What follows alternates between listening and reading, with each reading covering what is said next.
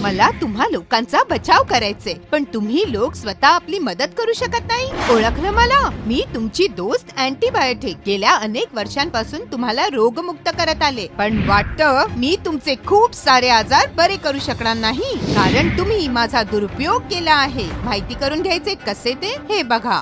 हिना, खूप डोकं दुखतंय आणि थकवाही जाणवतोय. वाटतंय आजारी पडेल. अँटीबायोटिक दे का? अंकल, अँटीबायोटिक तुमच्या शरीराला शक्तिशाली नाही बनवत. अँटीबायोटिक केवळ वाईट बॅक्टेरियाला मारते. आता यांना बघा. आजाराची सुरुवात या बिना धुतलेल्या हातांनी. विश्वात सर्वाधिक आजार अस्वच्छ हातांनीच पसरतात.